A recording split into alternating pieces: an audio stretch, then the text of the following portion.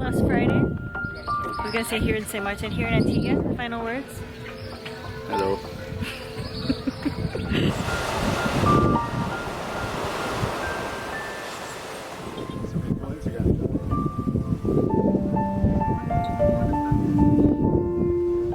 Just want to jump in the water. What do you want? Oh, okay. So we are heading to the beach. One of the final beach days. Steven, anything you gotta say? And we had to leave Sage behind, which is always a bit of a nightmare because she's just a munchkin butt.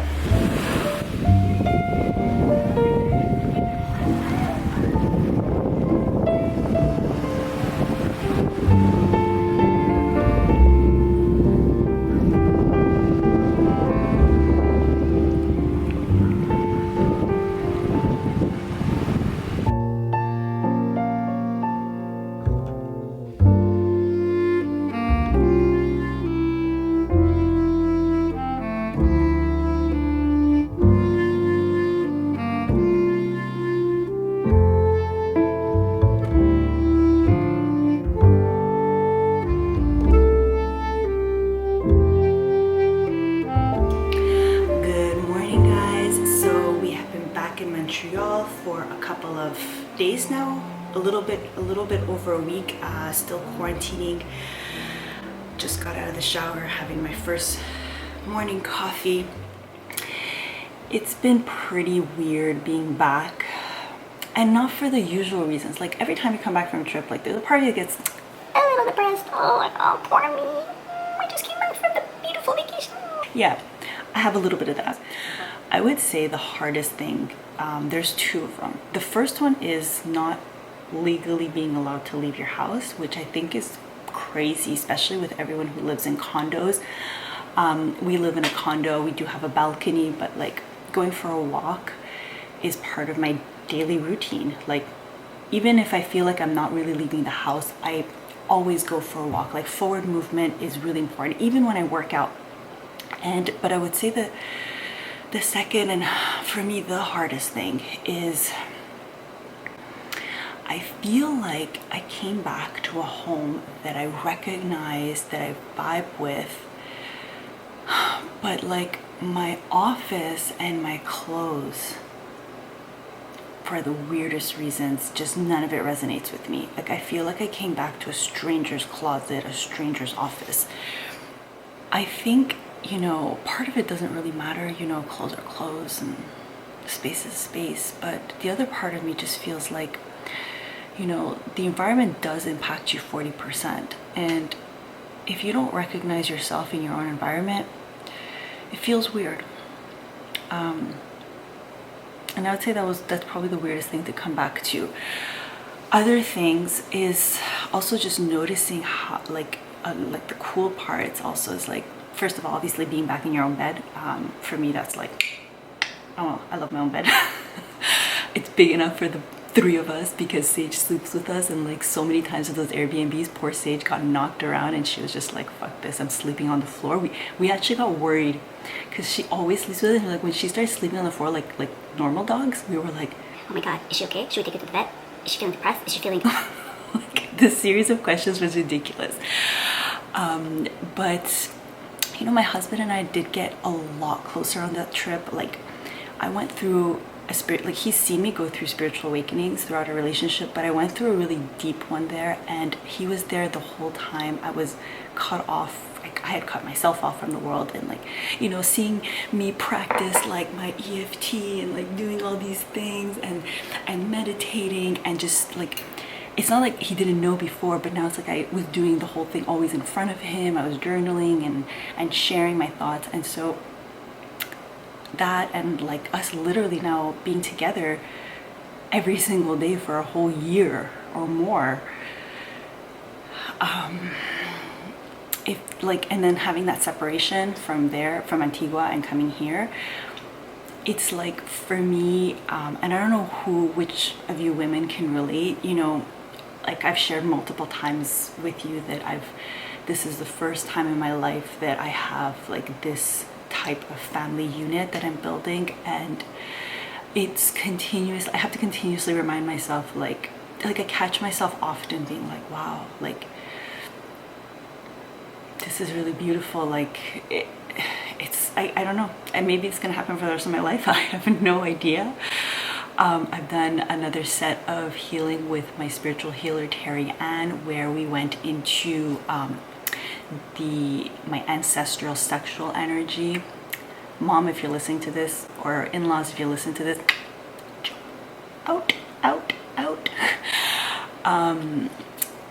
And because anyways, long story short, as I was doing the spiritual healing over there, at some point I realized like even that part of my life is very different from my ancestors. And womb healing, energy healing, anyways, I don't know if I'm ready to go to too many details, but I did want to share that it's something I did and it was intense. Another part is that we kind of feel like Oompa Loompas. We feel like like, it's funny that my last video was all about how I stopped binge eating, and now we come here and we're like, what else is there to do than to fucking eat? Watch TV, work, walk around the condo. It's like the number of times we both ended up at the fridge being like, okay, what do we eat? Because we don't know what else to do with ourselves is kind of funny. So we bought a lot of really wholesome foods, lots of greens and stuff. And my husband just got us a juice cleanse from Good Food. So I'm gonna unbox that, and we are going to detox because we did eat a lot more out. Obviously we passed through New York, we went to that beautiful restaurant, like we just ate, like it was a culinary experience in New York, really. That's what it was. And even our last days in Antigua, we were like, okay, let's like enjoy the good food and knowing that we're gonna not have it type of thing. So I did pack on a little bit around the end there, but all well worth it.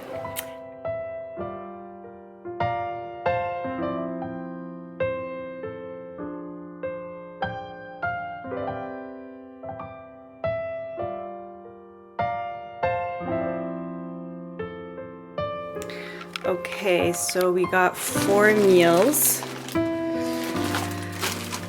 with the meats and the beautiful juices, and just in case we lose our shit, some island rum, pineapples, and we got shots of lemon, ginger, turmeric, and black pepper for every single morning.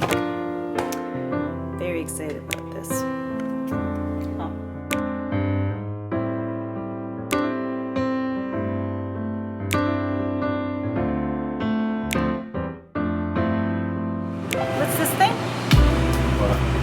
Cauliflower rice, zucchini, and pork meatballs.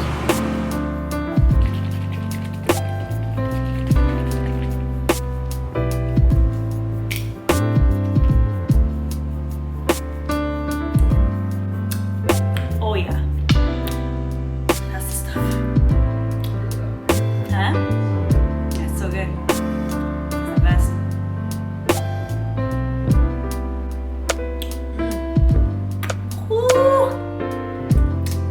Do that to you? It's the citrus.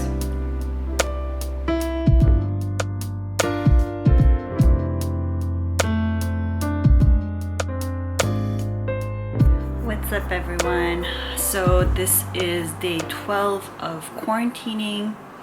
It's gone by a lot faster than I thought. There's been obviously a lot of ups and downs, which I think anyone who has to stay home will inevitably feel, no matter what the situation is. Like 14 days at home, it's pretty long. Today I am not feeling upbeat, and I think it's important sometimes to film on days where I'm not upbeat because, you know, I'm a human being. I don't know why I'm laughing when I say that. I think it's just important to know that everyone goes through highs and lows. I'm gonna cocoon in bed reading Amanda Francis's book. Hi Amanda, if you're watching this. Yeah, maybe I look, you know what, there's no saving what I look like today. Let's get over it. So today's the day I am going to cocoon. I don't know if I ever shared, I'm an introverted extrovert, so I love being around people, but sometimes I really just need to be alone. And even though I've been quarantining for the last 12 days, and it's not like I've had any major public adventures. It's not quite possible. I'm very active online, and I notice systematically I do need to take a break. It took me a long time to pick up on this, actually, since I started my business. I would always wait till I'm sick, or I would make my body sick so I had an excuse. I would wait till my neck pulled. My neck pulled a couple of times last year, but now I've kind of learned to embrace it. Like, yeah, I'm not a robot. I'm not going to be productive 24/7. I used to think because of that I would not be successful, but then I realized whatever I choose to tell myself, that's what's going to happen. And one of the biggest reasons why I started my own business is to have that control over my days. And I think a lot of people say that, but oh my god, the door opened. I know Sage is upset. Yeah, so part of the reasons why I started working for myself was really to have more of that control. And I will say that I've actually, ironically, barely gotten sick since I work for myself. And every time I feel low, like even today, like feeling low, or I feel like there's been a misstep in my business, feelings of failure, defeat, you name them, I remind myself, well, I get to do what I want to do. And that is a super, super empowering statement for me. That's what works for me really, really well, like charm. Every single time I'm like, well, you get to do what you want to do. You are the creator, you are the boss. So Says you take a day off, you take a day off. don't know why I'm talking in this tone. Anyways, so that's it. The juice cleanse, it's not really doing much for me. I lost 1.5 pounds, winning, but it didn't do the same thing that it did for me like years and years ago, which I'm kind of happy about. So when I did a juice cleanse, it's like 6 years ago now, I was working at the consulting firm. I was very depressed. Like, I was always like, and when I did the juice cleanse, I actually noticed my mood elevate. And that was because I wasn't wasting a lot of energy digesting foods that had kept me bloated all the time. So that's like a huge plus. If you've never tried a juice cleanse, honestly, literally just for that, try it. After that, that's when I started having smoothies in the morning. Before that, I would always have a piece of toast with coffee,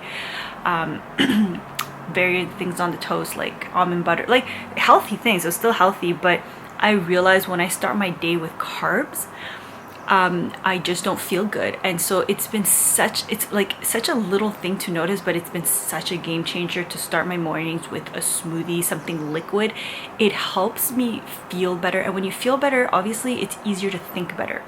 The two kind of go hand in hand. But even though my mood was elevated from that juice cleanse, I noticed so many repetitive negative thoughts. And that's when I started getting into automatic negative distorted thoughts, and learning how to break them. And I'll link the ebook that I wrote below to give you a very quick, simple, achievable guide to do this. Yeah, that shit works. I don't know what else to say. It was a catalyst for a lot of changes in my life. But right now with the juice cleanse, like, my mindset is pretty strong. It's probably the strongest it's been ever in my life, and a lot of that comes from the intentional work I've done over the last year, more than anything else. Because in the last year and a half, especially since I started working for myself fully, it's like all my shit came out, and there was no more room to go on these negative spirals for days and days and days on end, which is what I used to do. And so just that sheer stepping up and setting that tone for myself has been such a game changer. And just for that reason, I also recommend that you work for yourself. So many recommendations today. Wow.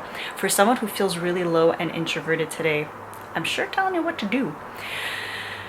Anyways, just wanted to share this with you. And I also recovered a lot of videos where I filmed where I was very depressed. And so I've been thinking about sharing those with you and sharing you how I got myself out of it, the people I surround myself with, the YouTube videos I watch. One of the reasons why I decided to start this channel is because there are certain people that I would watch and they would just make me feel like I got a hug. And I told myself the day I know how to do this for myself, like, and I'm like strong and I can be vulnerable and break down my own walls and rebuild the way I desire to build, I am going to start that channel and share with everyone so that maybe someone will hear my voice and feel like they're getting that hug too. Dreams of mine, dreams of mine. Okay, all right, I got weird. All right, I love you, and I am excited to be posting other videos. See you next time. Bye.